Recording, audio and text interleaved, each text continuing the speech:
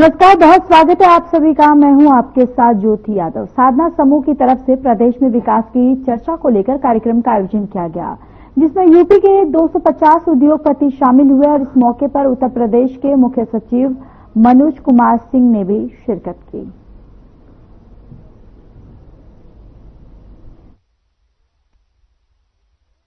देश की शुरुआत और प्रगति एक दिव्यांग व्यक्ति से होती है। हालांकि ये मेंटली बहुत साउंड है और यहाँ के एक लीडिंग बिजनेसमैन है।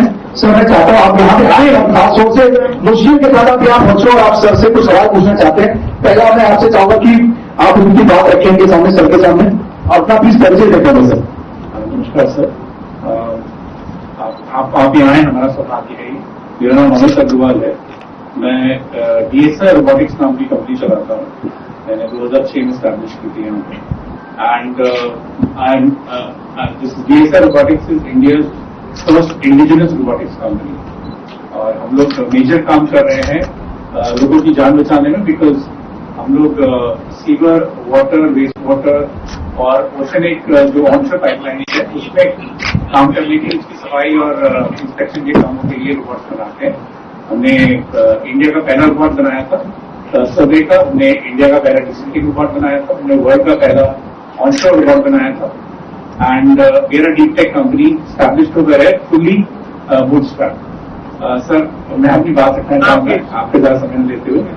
सर, एक निवेदन ये था कि जैसे हम लोग पिछले साल से यहाँ पर है, हम लोग क्योंकि डीप टेक में इन्वेस्टमेंट भी आसान नहीं होता है, तो मेरी फैमिली ने हम we have invested everything into it, right. So अभी ऐसा है कि we wanted to take up some land, because एक बहुत लंबे समय के बाद इन चीजों में गति आई है।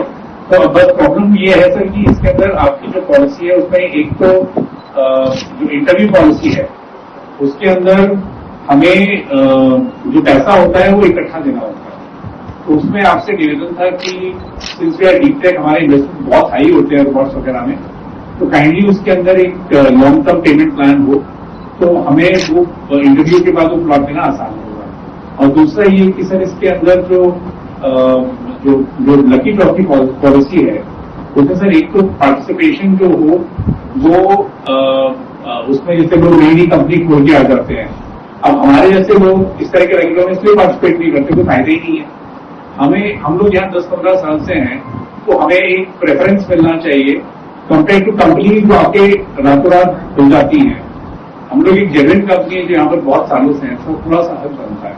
आपसे निवेदन है। ठीक है, thank you. Alok ji please अपना सवाल पूछिए। नमस्कार सर।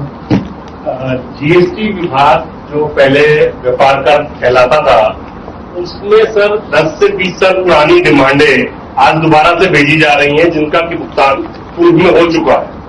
और वो डिमांडों का रिकॉर्ड ना व्यापारी के पास है ना विभाग के पास है, जबकि नॉर्मली ये कहा जाता है कि 8 या 10 साल से ज्यादा रिकॉर्ड ही नहीं रखना। तो 20 साल पुरानी डिमांड का रिकॉर्ड हम कहां से लाएंगे? और उसके ऊपर विडंबना ये है कि हमारे बैंक खाते तक सील कर दिए जाते हैं, और उस सील करने से हमारी साख को भी बट्टा लगता है और हमारा व्यापार भी ठप हो जाता है। तो ऐसी कार्रवाइयों को रोके जाने के लिए आपसे निवेदन करते हैं। सर, उत्तर प्रदेश सरकार का मैं पहले तो धन्यवाद करता हूँ, जो आभार प्रकट करता हूँ जो हमारे प्रदेश की जनता के लिए रात दिन काम कर रही है। हमारी सरकार कुछ शहरों को हाईटेक और स्मार्ट सिटी बनाना चाहती है। उसमें हम कहना चाहते हैं कि बिजली की कुछ तारें और खंभे जो है कनेक्शन के लिए, इंडस्ट्री में कनेक्शन के लिए, वो सारे ओवरहेड है। और जब भी कोई तूफान आता है तो सबसे पहले इफेक्ट आता है भारत पे और इंडस्ट्री बंद हो जाती है। तो हमारी आपसे रिक्वेस्ट है कि ये ब्रेकडाउन से बचने के लिए अगर इनको अंडरग्राउंड केबलिंग कर दी जाए तो ये सबसे बड़ी जो मुसीबत चल रही है, आज कंटिन्यूस प्रोसेस वालों को बहुत तकलीफ होगी, तो उससे हमें निजात मिल जाएगी।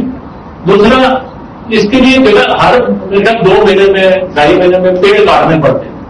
सर, हम चाहते हैं कि पेड़ ना काटने पड़े, क्योंकि पेड़ भी हमारे लिए बहुत जरूरी है। तो पेड़ ना काटने पड़े, तो आपसे निवेदन है कि हाई टेंशन टायर वायर और लो टेंशन वायर, इन दोनों के लिए अंडरग्राउंड करती है। Thank you sir. आपका यहाँ बहुत बहुत स्वागत है। मेरा नाम अजय सरीन है और हम लोग 1990 में नोएडा में आ गए थे और हमने इंडिया की फर्स्ट एम्यूजमेंट राइड मैन्युफैक्चरिंग की यूनिट लगाई थी। उसके बाद इंडिया में कम से कम हमने काफी तो हुआ करता है, उसके बाद हमने 70 से 80 एम्यूजमेंट पार्क इंडिया में लगाए। अब मैं आपसे एक निवेदन करना चाहता हूँ इस प्लेटफॉर्म के ऊपर में NEA की तरफ से कि हमारे पास में एक अगर हम इनिशिएटिव ले सकें कि ज्वाइंट इंटरनेशनल इंडस्ट्रियल डेलीगेशन बनाया जाए between Noida entrepreneur associations and government of Uttar Pradesh. तो सर उससे काफी हम लोगों को बेनिफिट मिलेगा इस डेलीगेशन के थ्रू में कि हमारे पास में एक हमारा ब्रांड बन जाएगा, brand Noida and brand UP. तो उसको कंट्रीज के लाइक हम सिंगापुर, वियतनाम, अदर कंट्रीज में जाके इस प्रमोट किया जाए इस इंडस्ट्रीज को, नोएडा की इंडस्ट्रीज को, कि जो आज की डेट में आप यहाँ पे लेके चले कि हमारे पास हर टाइप की इंडस्ट्रीज है, पैकेजिंग इंडस्ट्री है, इलेक्ट्रॉनिक्स इंडस्ट्री है, आपके पास में टॉयज की इंडस्ट्रीज है। तो इस टाइप की इंडस्ट्रीज हमारे नोएडा के अंदर में बनी हुई है कि जिसको हम वहां प्रमोट करके और एक ब्रांड बना सकते हैं सर। तो एनईए एश्योर्स करती है कि that full commitment will mobilise to exporters and represent our MSME industries effectively in Noida. तो सर अगर आप कहो तो हम इसको एक आगे पहुंचा सकते हैं डेलीगेशन के। उत्तर प्रदेश भारत के प्रधानमंत्री जी के कुशल नेतृत्व में जो उनका सपना है $5 ट्रिलियन, उसमें $1 ट्रिलियन हम उत्तर प्रदेश से करना चाहते हैं। और मुझे पूरा विश्वास है कि भारत उस लक्ष्य को कब प्राप्त करेगा, उस पर कुछ डिले हो जाए, लेकिन आपके रहते हुए हम $1 ट्रिलियन प्राप्त कर लेंगे। इसमें से एक निवेदन है, small scale industries Uttar Pradesh की बैकबोन है और पूरे भारत की भी बैकबोन है। क्या 8,000 मीटर तक का उद्योगपति ई ऑक्शन से टोकन खरीद कर अपना उद्योग लगा सकता है? सर मुझे पता है कि ये शायद आपको अच्छा नहीं लगेगा और मैं आपकी पसंद की चीज है, लेकिन अगर आप इसमें इंटरव्यू करके अगर इसको वापस ड्रॉ वाले स्टेज पर ले आए 4,000 मीटर तक, तो ये उद्योग के लिए बहुत बढ़िया फायदेमंद होगा और इन्वेस्टर इसका फायदा नहीं उठाएंगे। अभी केवल मात्र 90% इन्वेस्टर फायदा उठा रहे, लघु उद्योग इसका फायदा नहीं उठा पा रहा। तो मेरा निवेदन है कि ये ऑप्शन को खत्म करके ड्रॉ सिस्टम चालू किया जाए। Thank you sir. मेरा नाम मुकेश कक्कड़ है और मैं 87 से यह इंडस्ट्री रन कर रहा हूं। रबर गोल्स का मेरा काम है और इंपोर्ट सब्स्टिट्यूट का भी मैंने यहाँ पे प्रोडक्ट बनाया है।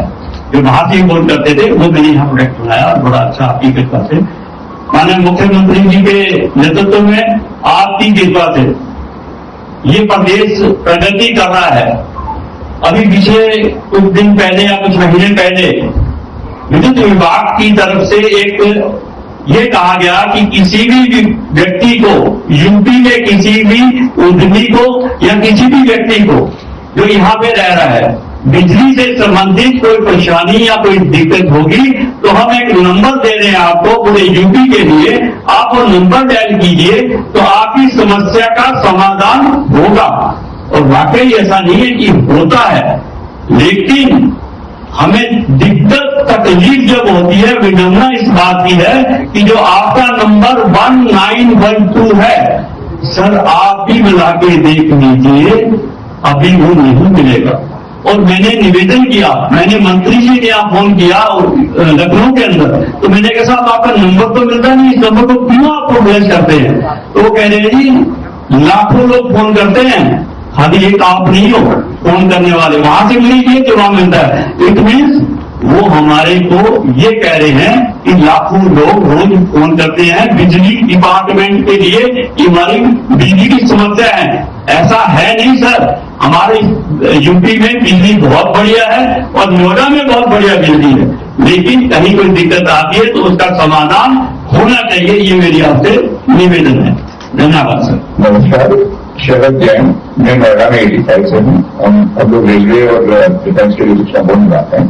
समस्या तो नहीं सर, जब से आपकी सरकार आई है औद्योगिकरण से पूरा जो है और काफी अच्छे स्तर का प्रदेश का, नोएडा का, ग्रेट नोएडा का, यमुना का, पर एक ये होगा कि इस औद्योगिकरण के पीछे कई जगह पर प्लॉट अलॉट कर दिए जाते हैं।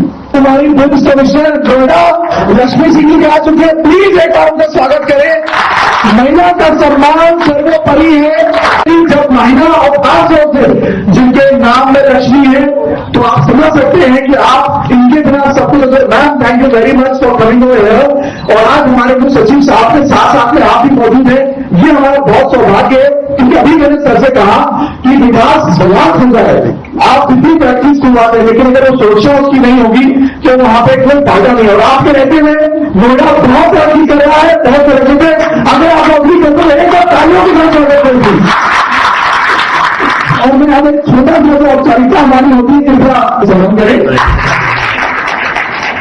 क्या है हमारे प्रधानमंत्री के माध्यम से वहां तो होकर आई है, इनकी भी स्ट्रैटेजी लगातार मोदी जी लक्ष्मी जी की तरफ जाऊंगा, वहां की तो प्लीज एक बुके से आपका स्वागत हो जाए। Lakshmi ji principal resident commissioner है जम्मू कश्मीर की, और हम जो मंच पे है तो एक हमारी औपचारिकता भी हमारे किसी भी कार्यक्रम की सबसे बड़ी सफलता है, और आज उस सफलता को हमारे विशिष्ट लोग मौजूद होकर के उस सफलता को पालन कर रहे हैं। तो सर मैम आप लोगों का बहुत बहुत धन्यवाद। आप आज कार्यक्रम में हमारी शुरुआत हो गई है, सदा आप साधना की हमारी वीडियो है, क्योंकि आप भी और एसयू साहब बस आपने सीधे जाओ कि सीधे हमारे मुख्य सचिव साहब और मैम आप मैम प्लीज आप सीट ग्रहण करें और सर अब अपनी बात करते हैं। साधना टीवी के ब्रजमोहन जी, कमिश्नर पुलिस नोएडा लक्ष्मी जी, अध्यक्ष नोएडा एंटरप्रेन्योर एसोसिएशन, ट्रेजरर और बाकी ऑफिस बेयरर्स, नोएडा में काम कर रहे उद्योगपति साथियों, नोएडा प्राधिकरण के अधिकारी साथियों, मैं सबसे पहले धन्यवाद देना चाहूंगा और आभार व्यक्त करना चाहूंगा ब्रजमोहन जी का कि उन्होंने एक मौका दिया आप लोगों के बीच आने का। नोएडा 1976 में स्थापित किया गया। देश में बहुत कम उदाहरण है, बहुत कम राज्यों के पास ऐसे उदाहरण हैं कि उन्होंने एक नया शहर बसाया हो, नया शहर बनाया हो, और यूपी को ये सौभाग्य मिला है कि नोएडा, ग्रेटर नोएडा जैसे नए शहर को उन्होंने स्थापित किया।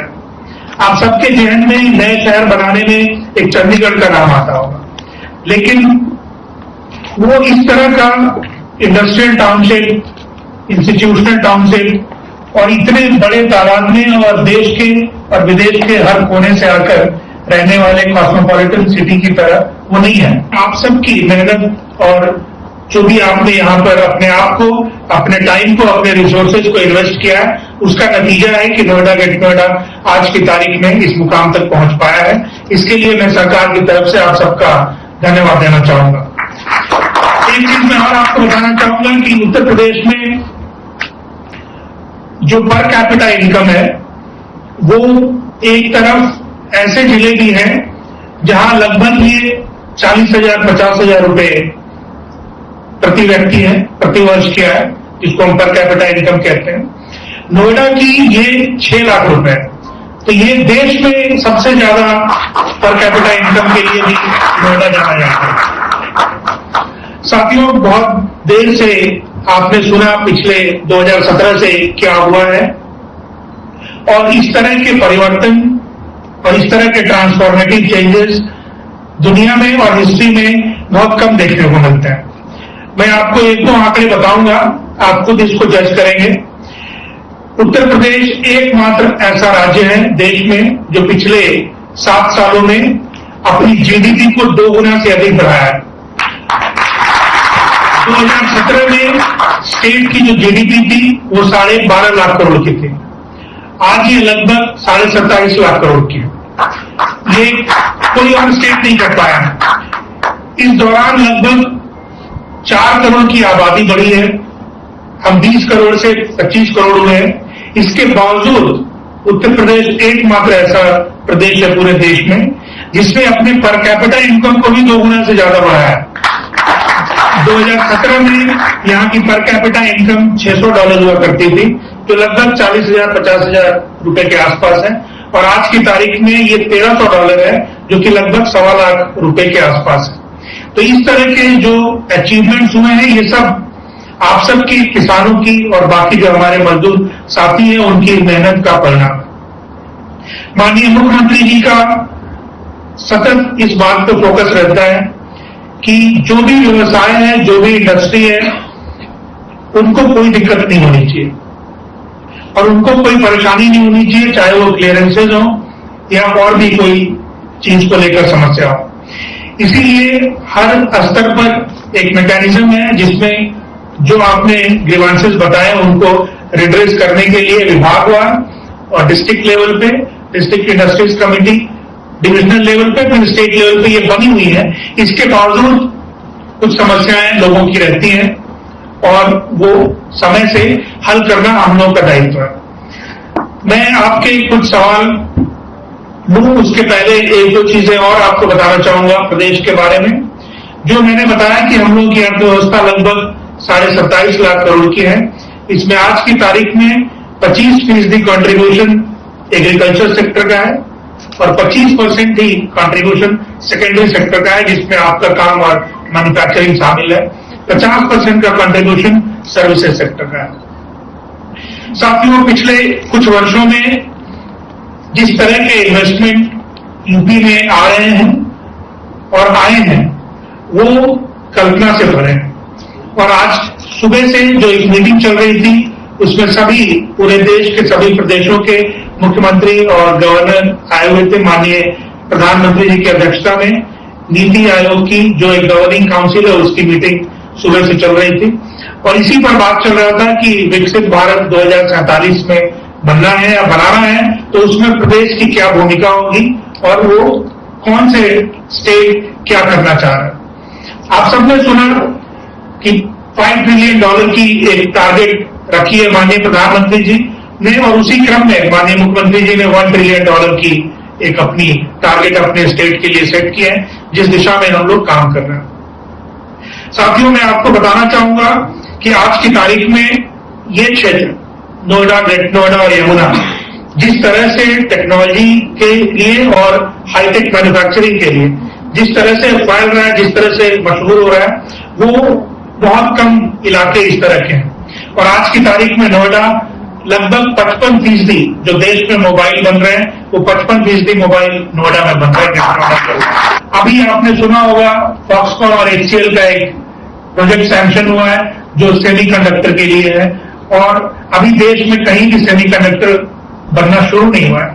लेकिन अभी जो 6 प्रोजेक्ट सैंक्शन हुए हैं उसमें 4 गुजरात में है, 1 आसाम में है और ये 6ठा नोएडा को इसका मिला है। और इसमें जो इंडस्ट्रीज के साथ बात चल रही है जो सेमीकंडक्टर में काम करते हैं वो इस प्रोजेक्ट के सैंक्शन होने के बाद बहुत बड़े पैमाने पर आने की तैयारी कर रहे हैं। यहाँ की तस्वीर जेवर एयरपोर्ट के कंप्लीट होते ही बहुत तेजी के साथ बदलेगी।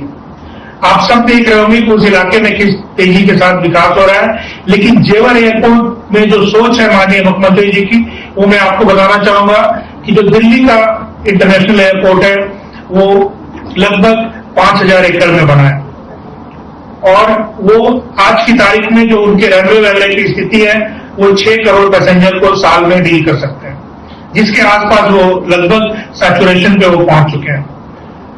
ग्रेटर यमुना में जो जेवर इंटरनेशनल एयरपोर्ट बन रहा है वो लगभग 11,000 एकड़ में बन रहा है और उसमें 6 रनवे प्लान किए गए हैं और फाइनली जब भी 10 साल 15 साल के बाद वो जब 6 रनवे फंक्शनल होंगे तो ये 20 करोड़ पैसेंजर को हैंडल करेगा साल।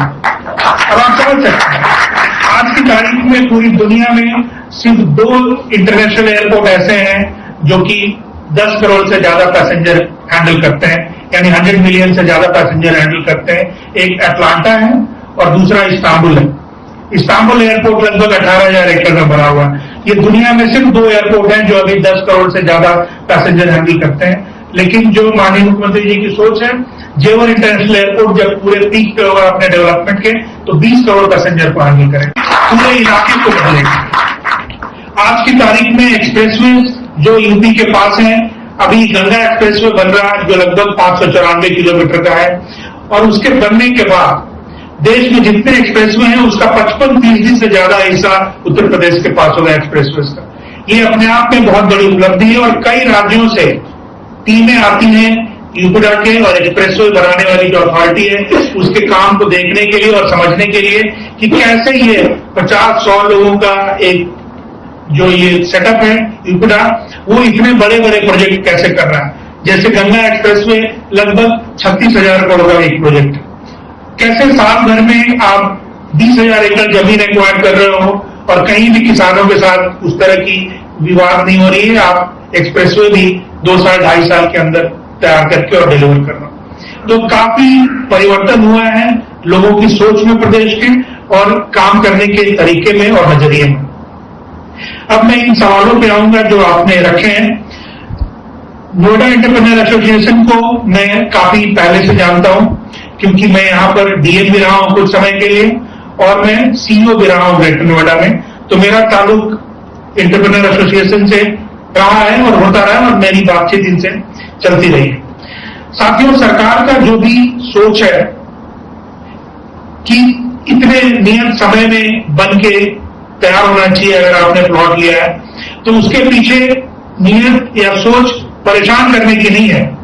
सोच ये है कि अगर आपने लैंड लिया है जो कि आज की तारीख में सबसे वैल्यूएबल एसेट है, तो उस पर आप इन्वेस्ट करें और प्रोडक्शन का काम करें और आगे बढ़ें। ये आप सबका भी अनुभव होगा, ये हम लोग का भी अनुभव है।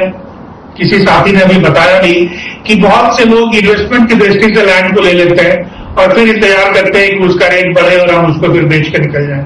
उसमें दोहरा नुकसान होता है प्रदेश का। एक तरफ वो आदमी जो खुद प्रोडक्शन करता और वो जिस कदर से उस जमीन पे इन्वेस्टमेंट करता, वो इन्वेस्टमेंट के लिए जिसने लिया है वो नहीं करता उस तरह से। दूसरा, अगर इस तरह के इन्वेस्टर जो कि काम करने को आतुर हैं, इनके पास जमीन होती तो कहीं ज्यादा इन्वेस्टमेंट होता, कई लोगों को नौकरी और काम मिला होता। तो इसके पीछे मंशा सिर्फ ये है और सोच सिर्फ ये है। जो यूनिफाइड पॉलिसी बनाई गई है उसके पीछे मंशा ये थी कि आज की तारीख में एक ही काम के लिए नोएडा में नियम अलग है, ग्रेटर नोएडा में नियम अलग है, यमुना में नियम अलग है। तो इसका फायदा किसको होता है? इसका फायदा उनको होता है जिनको कंफ्यूजन में फायदा होता है। यानी जो नीचे के लोग ऑपरेट कर रहे हैं, आपको एक ही काम के लिए कुछ कागज देंगे, कभी दूसरे काम के लिए कुछ कागज देंगे। और हर मुद्दे पे, आपने अमलगमेशन की बात की या डिवीजन की बात हो, हर मुद्दे पे अगर आप देखेंगे तो 1976 से लेके और अभी तक 50 आदेश हो रखे होंगे। तो आपको सामने वाले को जैसा आदेश देने का मन करता है वो निकाल के वो दे देता है कि इसमें ये लागू होगा। इन समस्याओं को दूर करने के लिए ये यूनिफाइड पॉलिसी बनाने का निर्णय लिया गया कि भाई ये पॉलिसी है, ये दुनिया में सबके हाथ में होगी, तो आप पढ़ सकते हैं इसको। बट आपने जो भी समस्याएं इसके बारे में बताई है, हम लोगों ने कुछ चेंजेस पिछली बोर्ड मीटिंग में भी किया था। आपने जो बनाया है नोट वो आप हमें देंगे। हम इस बार की जो बोर्ड मीटिंग होगी ये अलग से बोर्ड मीटिंग करके और फिर ये चेंजेस हम लोग की मेहनत से चीजों को स्ट्रीमलाइन करने का है और आपके ध्यान में और आपके संज्ञान में सही बात हो ये है। अब ये किताब आपके हाथ में होगी तो फिर कोई आपको 1990 का कोई आदेश निकाल कर नहीं देगा, क्योंकि इस आदेश में पिछले सारे चीज सुपरसीड कर दिए गए हैं कि आज से यही लागू है। ये इसके पीछे मंशा है। अमलगमेशन को डिवीजन करने की बात आई थी। देखिए, डिवीजन एक अलग मसला होता है। उसमें क्या है कि एक इंडस्ट्रियल प्लॉट अगर हमने 50 एकड़ का किसी को अलॉट किया तो उसके पीछे यह है कि आप प्रति एकड़ 5 करोड़ या 7 करोड़ रुपए इन्वेस्ट करेंगे उस इंडस्ट्री में या उस प्रपोजल में, उस प्रोजेक्ट में इतना इन्वेस्टमेंट होना चाहिए, तब आपको 50 करोड़ रुपए मिलेंगे। अब 2 साल डाउन द लाइन कोई कह सकता है कि हमने तो ये अपना इन्वेस्टमेंट 25 एकड़ में कर लिया, अब बाकी 25 एकड़ हमको डिवीजन करके बेचने की अनुमति दे दीजिए। तो हमने अगर 50 एकड़ जमीन आपको 10 करोड़ में दी थी तो 4 साल के बाद वो 25 एकड़ जमीन 20 करोड़ की होगी। तो ये थोड़ा डिवीजन करके और ट्रांसफर करने में अलाउ इंडस्ट्री के सेटअप में नहीं किया जाता है। दूसरा ये कि जो अपने ब्लड रिलेशन में ट्रांसफर करने की बात है, तो जैसे रेजिडेंसेज में अलाउ किया गया है, ये इंडस्ट्री में भी अलाउ किया जाता है, क्योंकि इसके पीछे सोच यही थी। जीएसटी के जो नोटिस बता रहे थे कि 20 साल 25 साल पुराने आए हैं, तो मैं आपसे रिक्वेस्ट करूंगा कि एक नोटिस आप मुझे कोई कॉपी दीजिएगा। आपके पास मेरा नंबर नहीं होगा तो आपके पास दे दीजिएगा। मैं एक बार जीएसटी प्रमुख सचिव साहब को बुलाकर बात करूंगा और ऐसा हरगिज नहीं होना चाहिए। 20 साल पुराने रिकॉर्ड ना आपके पास होंगे ना उनके पास होंगे, तो उस पर फिर कोई बात हो नहीं सकती। तो इसको हम लोग, अगर ऐसा कोई नोटिस हुआ है तो हम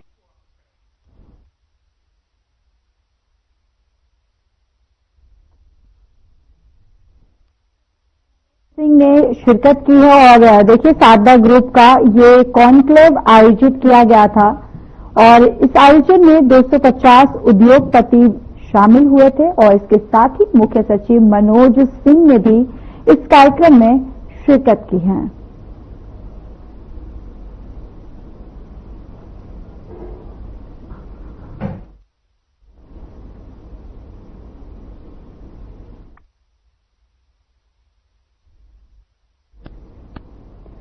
चलिए इस बुलेटिन में इतना ही। बाकी देश और दुनिया की तमाम बड़ी खबरों के लिए जुड़े रहिए हमारे साथ। नमस्कार।